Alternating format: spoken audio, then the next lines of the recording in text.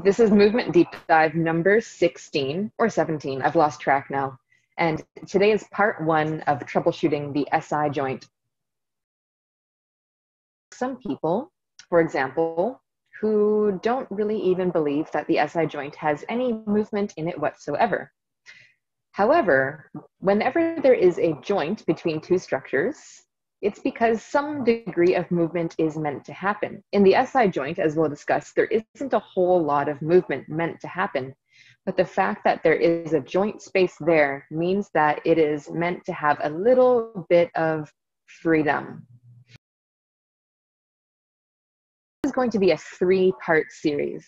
I realized when I sat down to write this lesson plan that there are so many things that I could say about this topic, the SI joint, because, as we know, if you move one thing, everything else has to move. So if we're looking at the SI joint and its movement potential, we're really looking at the whole body and how the whole body moves around the SI joint and what happens when we move the SI joint, how the whole body moves to in a reaction to that. So today, part 1, we're really just zooming into the pelvis and the SI joint. There are influences from the lower body, the feet, the legs, the knees, the hips, and there are influences from the upper body, the spine and the rib cage. So part 2 is going to look at the lower body, and then part 3 is going to look at the upper body, the top-down component of why the SI joint might feel the way that it does. So today is going to be a very incomplete lesson, but hey, we got to start somewhere. And I don't want this thing to last 5 hours, which it probably would if I tried to do all 3 parts at once. So what are we going to do today? We are going to look at what actually is the SI joint. So the SI joint, let's just start there. The SI joint, if anybody doesn't know what it is, can you just type into the chat box that you're not 100% clear about what it is? Because that's totally okay if you don't. Just type in no if you don't know what it is. No, okay, perfect. Perfect. If you don't know, then this is going to be the most simple explanation ever. Because I think that, like my grasp on complex topics, I have to make it so that a 10-year-old can understand it, and then I can understand it because I feel like I'm kind of like a 10-year-old. So we're going to do the 10-year-old's version of the SI joint. So I'm just going to see if this works. I have an anatomy app. Can you see this? So here, this is the back of your pelvis. I don't know if this is in focus at all. Let's see. Anyway, do your best to see this. This is the back of the pelvis. The green bone I have highlighted is the sacrum. So it's the bony stuff at the back of the pelvis, right in the middle. There are 5 sacral vertebrae. And this one that I have highlighted now, that's the ilium. So that's the pelvis bone that we're palpating when I'm asking you to reference your pelvis to do the anterior and posterior tilts. But this is the back of the pelvis that I'm showing you. So that joint here between this green bone, the ilium, and the sacrum in the middle, do you see that line in between those 2 bones? That's the SI joint, the articulation between the sacrum and the ilium. And we can reference, if we wanted to, the front of that joint. But today, to make things super simple, we're going to reference the back of the joint. So where on the back of the body, your ilium and your sacrum meet together. So when people have SI joint problems, usually it feels like this deep, achy, painful sensation right in the back of that glute area. It's in the middle of between being a butt pain and a lower back pain. When we stand up, I'll get us to palpate the aspect of the SI joint that you can feel with your hands at the back of your sacrum or back of your pelvis. But basically that's what we're looking at, is where those 2 bones meet. So here's my super low-tech 10-year-old pelvis model, duct tape. This is your pelvis. This is the front of your pelvis, the midline. And my hand is the ilium, the pelvis bone. So my pinky finger is that sticky outy bone at the front of the pelvis. And if you're to look at the back of the pelvis, it's where my hand and the pelvis meet at the back. That's what we're going to call the SI joint for today. So I hope that makes things super, super simple. Not to oversimplify, but that's basically how we're going to look at things today.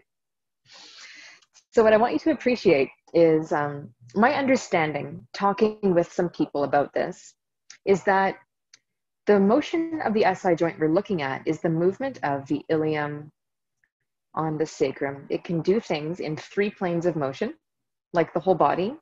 Most joints have tri-planar motion. The SI joint also has tri-planar motion, but it's very, very small. I think the accepted amount of millimeters of freedom is between 2 and 4 millimeters. So your SI joint isn't designed to do big things like this. It's really just super small, and really the function is to transmit force. So there's a little bit of motion available in the joint so that when you take a step, the shock of that step can be transferred without too much jarring of the system. So we really want a little bit of motion available just for shock absorption, not really to be a big movement.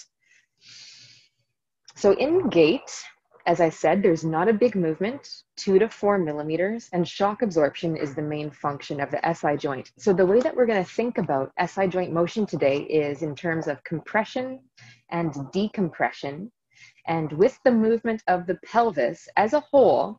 So this whole thing moving in 3 planes, frontal, transverse, and sagittal planes. When does compression and decompression happen at the SI joint? I'm Australian now, apparently. So we're going to do our pelvis check-ins and reference back what's the SI joint doing during this particular motion. Is it compressing or is it decompressing? So that we can start to have the knowledge of what's our specific issue with our SI joint. In the mainstream fitness world, the common fixes for SI joint issues are things that involve strengthening your glutes and extending your hips to decompress the SI joint, things like that. However, a lot of people have trouble with their SI joints because of decompression. So to decompress and stretch out the ligaments and things of the SI joint even further can be more problematic for them. What's even more interesting, which we're going to discover about you today, that I'm really excited about hearing, is that you might be compressed in one plane of motion, but decompressed in another plane of motion. So it's almost too simplistic to say my SI joint's compressed, because you might have compression in the sagittal plane causing discomfort, but then decompression in the transverse plane causing discomfort. So we want to know exactly what's going on with you so you can find some specific interventions for you, not just take the generic thing. I think that's the main thing I want to convey to anybody who does these trainings with me is this is an investigation of you and what specifically you need. I don't even want to tell you what you should do. I just want to open up an investigation so you can learn for yourself what to do. So as we go through the assessments today, we'll be always referencing back to, is this a decompression or a compression of the SI joint?